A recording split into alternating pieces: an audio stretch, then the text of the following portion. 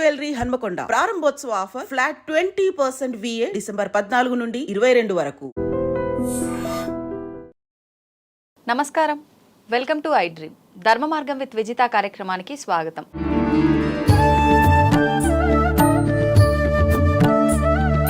ప్రస్తుతం మనతో పాటు ఉన్నారు ప్రముఖ ఆధ్యాత్మికవేత్త సుభాష్ శర్మ గారు. ఇప్పుడు వారితో మాట్లాడి మరిన్ని విషయాలు తెలుసుకుందాం. నమస్కారం గురుగారు. గురుగారు, మార్గశీర మాసం ప్రారంభమైంది అని అంటే చాలా విశేషమైన రోజులు అనేది మనకు కనపడుతూ ఉంటాయి.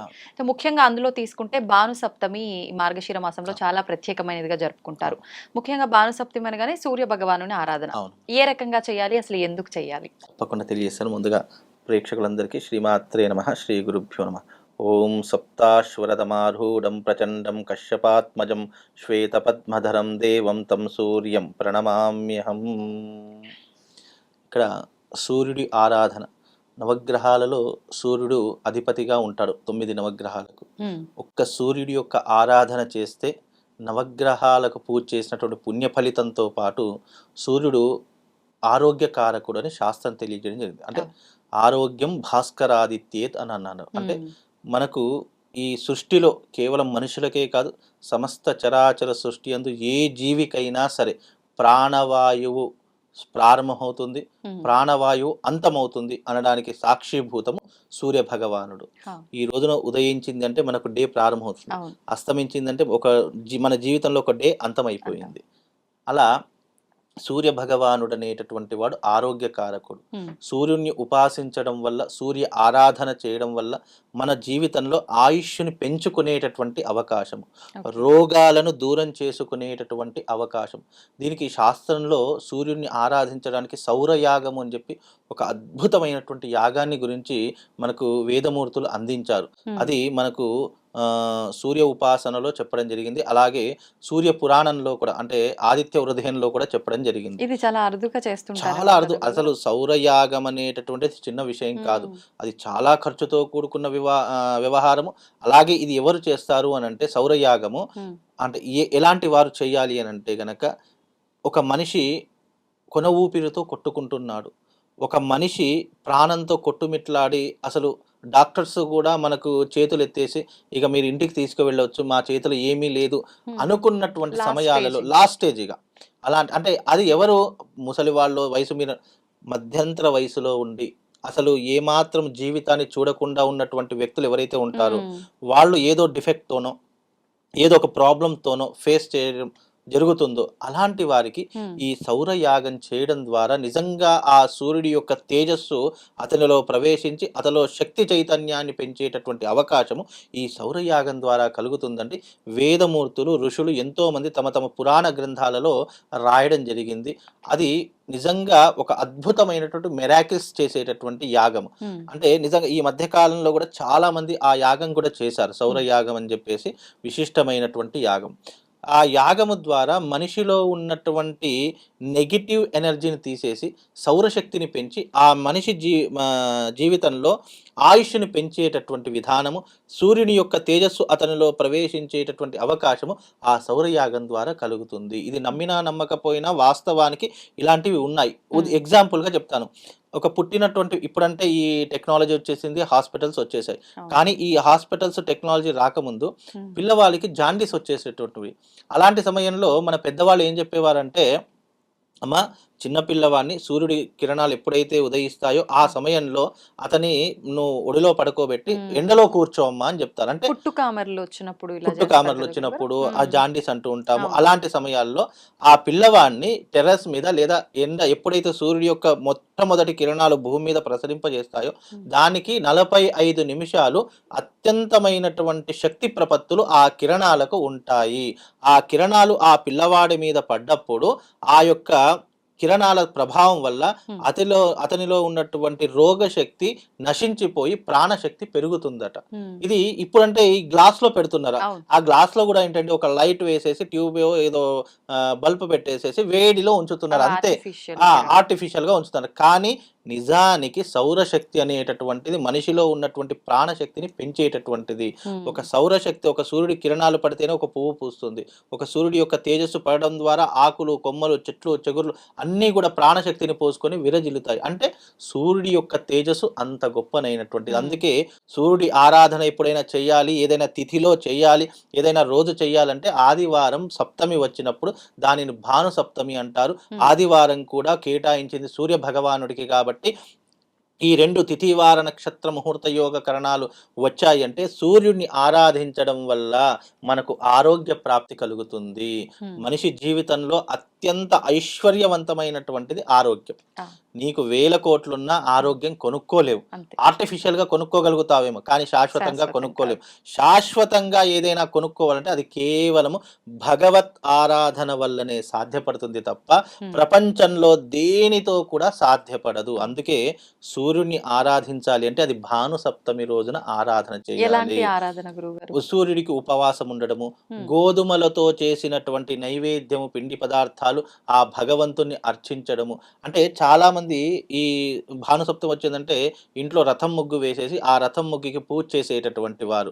అలాగే సూర్య భగవాని యొక్క ఫోటో తీసుకొచ్చి దాని ముందర దీపాలు వెలిగించి నైవేద్యం పెట్టేటటువంటి వారు. అయితే ఇది పరోక్షంగా. ప్రత్యక్షంగా చేయాలి అని అంటే గనక సూర్యోదయానికి పూర్వమే నిద్రలేచి మనం గోధుమలతో చేసినటువంటి పాయసం కానీ, గోధుమలతో చేసినటువంటి గోధుమ రొట్టెలు కానివ్వండి, గోధుమ పిండితో చేసినటువంటి ఏ పదార్థమైనా సరే ఆ పదార్థాన్ని ఒక గిన్నెలో అంటే వెండి గిన్నెలో కానీ, బంగారపు గిన్నెలో కానీ ఆ ప్రసాదాన్ని పెట్టి మన ఇంటి గుమ్మం ఉంటుంది, గుమ్మం ఈ ప్రహారీ గోడ ఉంటుంది కదా, ఆ ప్రహారీ గోడ మీద మన ఇంటి గుమ్మానికి ముందర ఆ ప్రసాదాన్ని పెట్టేయాలట. అప్పుడు ఆ ప్రసాదము సూర్య భగవానుడు ఎలా తింటాడో తెలుసా? ఎప్పుడైతే ఆ కిరణాలు భూమి మీద ప్రసరింపబడతాయో, ఎప్పుడైతే ఆ నైవేద్యం మీద పడతాయో ఆ నైవేద్యం మీద ఉన్నటువంటి ఆ యొక్క ఎనర్జీ అది సూర్య భగవానుడు గ్రహిస్తాడట. ఎప్పుడైతే మనం భక్తితో పెట్టినట్టు నైవేద్యము ఆ ప్రత్యక్షంగా వచ్చి తింటాడట. అది ఎప్పుడైనా మీరు గమనించండి. అలా పెట్టిన తర్వాత మళ్ళీ ఆ ప్రసాదాన్ని వెయిట్ చేయండి, అది కాస్త తగ్గిపోతుంది. మీరు ఎప్పుడైనా గమనించండి. ఇప్పుడు అది మనం ప్రసాదంగా స్వీకరించవచ్చు. 100% ప్రసాదంగా స్వీకరించవచ్చు. మనం ప్రసాదం పెట్టిన తర్వాత ఎప్పుడైతే వండి పెడతామో పెట్టే ముందు మీరు వెయిట్ చేయండి. అంటే వెయిట్ అంటే దాన్ని కొలవండి, గ్రాములు మెజర్మెంట్ చేయండి. చేసిన తర్వాత అది అక్కడ పెట్టేసేయండి. పెట్టేసిన తర్వాత మళ్ళీ మధ్యాహ్నమో సాయంత్రం అది తీసేయండి. తీసేసిన తర్వాత ఆటోమేటిక్ గా వెయిట్ తగ్గుతుంది, అంటే బరువు తగ్గుతుంది దాని యొక్క పరిమాణము. అంటే దాని నుంచి భగవంతుడు స్వీకరించాడు అని అర్థము. అలా చాలా సైంటిఫిక్ రీజన్ చాలా ఉన్నాయి. శ్రీకృష్ణ జన్మాష్టమి రోజున కూడా అటుకులు మనం పాయసం నైవేద్యం పెడుతుంటాం. అలా పెట్టినటువంటి సందర్భాల్లో కూడా దాంట్లో ప్రసాదం తగ్గేటటువంటి అవకాశాలు కూడా చాలా మట్టుకు కనిపించాయి. అంటే ఇదంతా కూడా సైంటిఫిక్ గా నమ్మడానికి మనకు కొంచెము ఇబ్బందిగా అనిపించినా నిజంగా భగవంతుడు అనేటటువంటి వాడు ఏ రూపంలో ఏ తత్వంలో వస్తాడో ఎవరికి తెలియదు. ఆ తత్వం తెలుసుకోవడం మనిషికి చాలా కష్టము. ఎందుకంటే మనిషి అజ్ఞాన జీవి అని చెప్పడం జరిగింది. ఆ జీవి జ్ఞానవంతుడిగా కావడానికి ఒక మార్గం ఏదైనా ఉంటే అది భగవత్ తత్వము, భగవత్ ఆరాధన తత్వము. ఆ తత్వాన్ని ఏ మార్గంలోనైతే ఎవరైతే ఎంచుకుంటారో నిజంగా వాళ్లకు ఆ భగవత్ సాక్షాత్కారం 100% దొరుకుతుంది. కానీ మనం విశ్వసించాలి, పూర్తిగా భగవంతులో మనం అనేకం కావాలి. అయినప్పుడు మనకు అన్ని విషయాలు. అలాగే ఈ భాను సప్తమి కూడా పరమ పవిత్రమైనటువంటిది. చక్కగా ఆ రోజున సూర్యోదయానికి పూర్వమే నిద్రలేచి వీరైతే గంగా స్నానం ఆచరించి భగవంతునికి అర్ఘ్యం ఇవ్వాలి. సూర్యుడికి అర్ఘ్యం అంటే చాలా ఇష్టము. మనం ఉదయం లేచిన తర్వాత సూర్యుడు ఉదయిస్తున్నాడు అన్నప్పుడు దానికి పూర్వమే దోసిట్లో నీళ్లు తీసుకొని చక్కగా 3 సార్లు సూర్యుడి యొక్క నామం చెప్పుకోవాలి. లేదు అంటే సప్తాశ్వరథమారూఢం ప్రచండం కశ్యపాత్మజం శ్వేత పద్మధరం దేవం తం సూర్యం ప్రణమామ్యహం అర్ఘ్యం సమర్పయామి అనేటటువంటి మంత్రంతో ఇలా 3 సార్లు అర్ఘ్యం ఇవ్వడం వల్ల మనము సహస్ర గాయత్రి జపం చేసినటువంటి పుణ్యం కలుగుతుంది. అంటే 3 దోషిళ్ళు, ఒక 3 దోసిళ్ళు. ఈ దోసిట్లో నీళ్లు తీసుకొని సూర్యుడికి అర్ఘ్యం ఇవ్వాలి. రావణాసురుడు కూడా ఇదే చేశాడు. రావణాసుడు సూర్యోదయం సూర్యాస్తమయం అయింది, త్రికాల సంధ్యాపరుడు, సూర్యోదయం సూర్యాస్తమయం అయింది అంటే సూర్య భగవానుడికి అర్ఘ్యం ఇవ్వకుండా ఏ పని చేసేటటువంటి వాడు కాదట.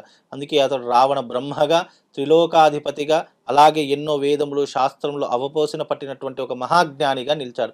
అతను నిజంగా రావణాసుడు మహాజ్ఞాని.